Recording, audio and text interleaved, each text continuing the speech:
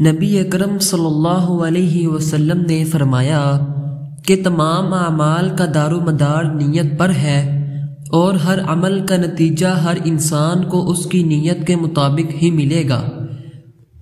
پس جس کی ہجرت دولت دنیا حاصل کرنے کے لیے ہو یا کسی عورت سے شادی کی غرض سے ہو، پس اس کی ہجرت ان ہی چیزوں کے لیے ہوگی جن کے حاصل کرنے کی نیت سے اس نے ہجرت کی ہے۔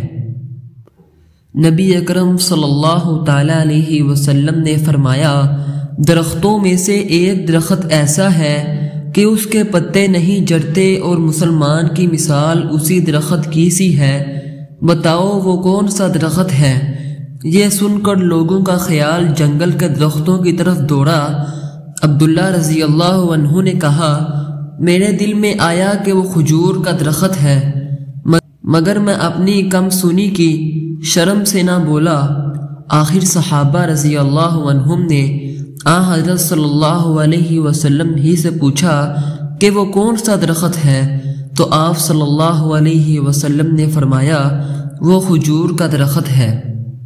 حضرت مصعب بن سعد بیان کرتے ہیں کہ سعد نے خیال کیا کہ اسے اپنے سے کم درجہ لوگوں پر سخاوت کرنے میں فضیلت اور برتری حاصل ہے۔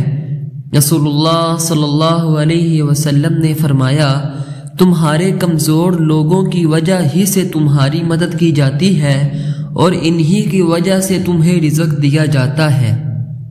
حضرت ابن عباس رضی اللہ عنہ بیان کرتے ہیں کہ رسول اللہ صلی اللہ علیہ وسلم نے فرمایا، میں نے جنت میں جھانک کر دیکھا تو اس میں اکثریت فقراء کی تھی، اور میں نے جہنم میں جھانک کر دیکھا تو میں نے دیکھا کہ وہاں اکثریت عورتوں کی ہے۔